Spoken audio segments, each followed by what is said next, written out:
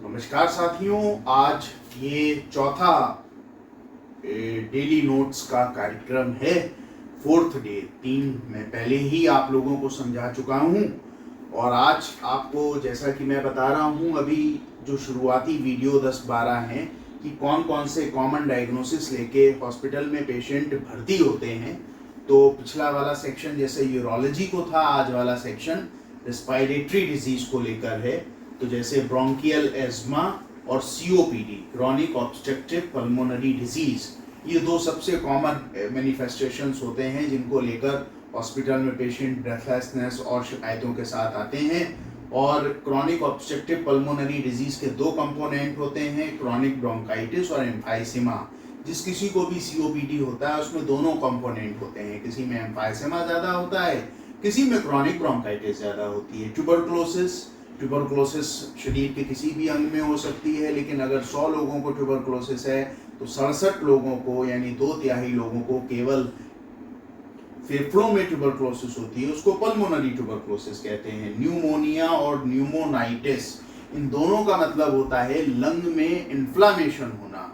Pneumonia आमतौर पे infectious organism से जब इन्फ्लामेशन होता है तो कहते हैं। न्यूमोनाइटिस अगर किसी एलर्जी वगैरह से होती है तो उसको न्यूमोनाइटिस कहते हैं।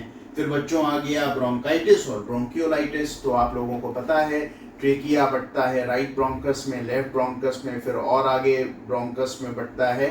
तो उनमें अगर सूजन आ जाए तो उसको हम लोग ब्रोंकाइटिस कहते हैं। और जब सबसे आखिरी में पतली नली होती है ब्रोंकियोल, उसमें अगर इन्फ्लामेशन इन्फेक्शन के वजह से हो जाए तो उसको ब्रोंकियोलाइटिस कहते हैं। न्यूबॉर्न में, इन्फेंट में 3 साल की उम्र तक ब्रोंकियोलाइटिस एक बहुत कॉमन बीमारी होती है बच्चों के लिए, अक्सर उनको भर्ती करना होता है। ARDS, acute respiratory distress syndrome, ये बेसिकली डिजीज ना होकर एक किसी बीमारी का जिसको कह लें एंड पॉइंट है।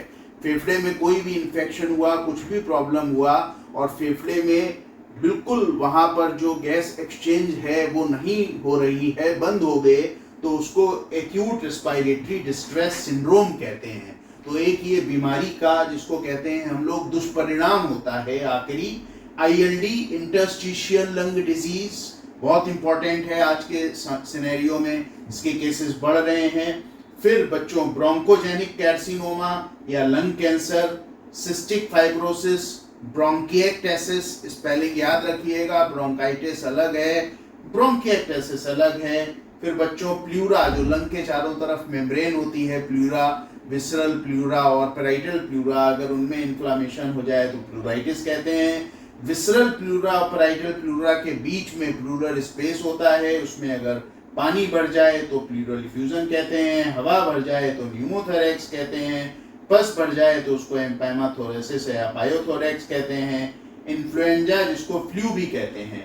ऐसे ही एक डायग्नोसिस होती है रेस्पिरेटरी फेलियर।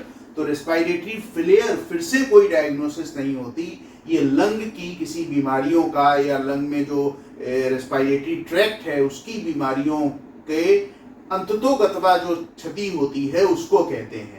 तो 2 किस्म का होता है, type 1 respiratory failure, type 2 respiratory failure. Type 1 respiratory failure में प्रॉब्लम लंग में ऑक्सीजनेशन के कारण होती है, तो जो ब्लड है उसमें ऑक्सीजन का लेवल कम हो जाता है, CO2 बढ़ भी सकती है, नॉर्मल भी हो सकती है। टाइप 2 में जो प्रॉब्लम है वो प्रॉब्लम जो सांस की नलियां हमारी फेफड़े तक जा रही हैं उनमें है, तो कार्बन डाइऑक्साइड बाहर नहीं निकलती, तो इसको हाइपरकैप्निक फेलियर कहते हैं क्योंकि इसमें कार्बन डाइऑक्साइड का लेवल बढ़ जाता है।